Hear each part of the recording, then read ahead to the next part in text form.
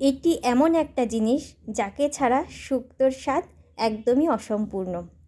অনুষ্ঠান বাড়ির মতন শুক্তো রান্না করতে চাইলে তাহলে এই জিনিসটি কিন্তু শুক্তোতে দিতেই হবে। তাহলে চলো রান্না করতে করতে দেখে নিই কোন জিনিসটার কথা বলছি। সবজিগুলো নিয়ে নিই। আজকে আমরা রান্না করব দুধ শুক্তো। তার জন্য যা যা সবজির দরকার সেগুলোকে লম্বা লম্বা করে কেটে নিই। প্রথমেই সর্ষের তেলের মধ্যে বড়িগুলোকে হালকা বাদামি রং করে ভেজে নিই। এইবারে বড়িগুলোকে তুলে নিয়ে তারপরে সেই সর্ষের তেলের মধ্যেই প্রথমে উচ্ছেটা ভেজে নেব।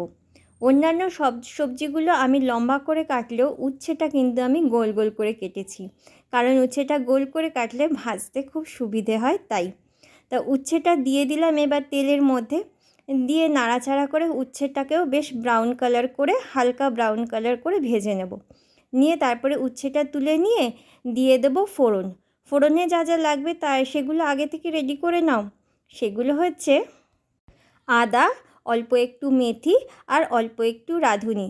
কি রেডি করে নিলে তো? এদিকে দেখো কথা বলতে বলতে উচ্ছেটাও কিন্তু প্রায় ভাজা হয়ে গেছে। এবার এপাশ ওপাশ করে ব্রাউন কালার করে ভেজে নিয়ে শুক্তোটা তুলে নেব। আর সব কটা সবজি কিন্তু আমরা হাই ফ্লেমে রেখে ভাজবো। সবজি ভাজার ওপরে কিন্তু শুক্তোর স্বাদ অনেকটাই নির্ভর করে। সবজি ভাজার সময় ফ্লেমটাকে হাই ফ্লেমে রাখবো, ফোড়ন দেওয়ার সময় ফ্লেমটাকে লো ফ্লেমে রাখবো। আর তারপরে রান্নাটা করব মিডিয়াম ফ্লেমে। এদিকে শুক্তোর আর একটা মশলা আমরা তৈরি করে নেব।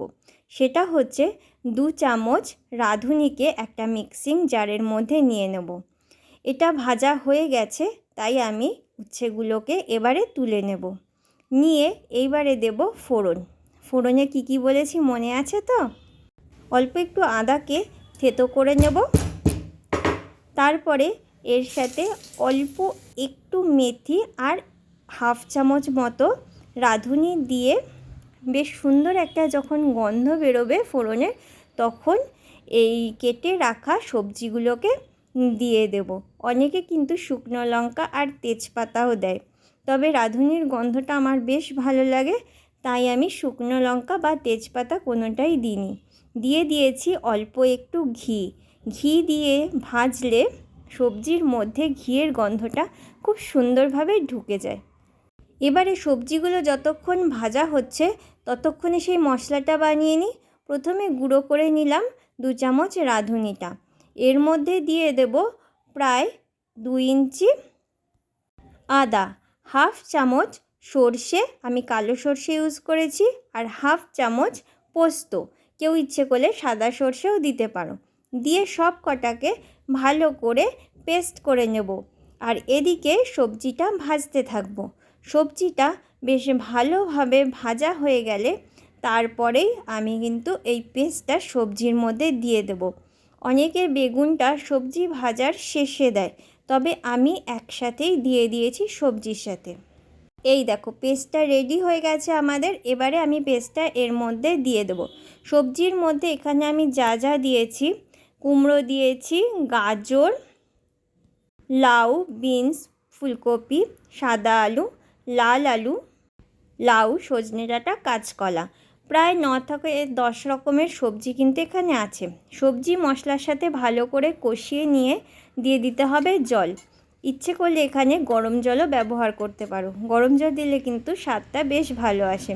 এবার মিডিয়াম ফ্লেমে সবজিগুলোকে সেদ্ধ করতে দিয়ে অল্প একটু নুন দিয়ে ঢেকে দেব।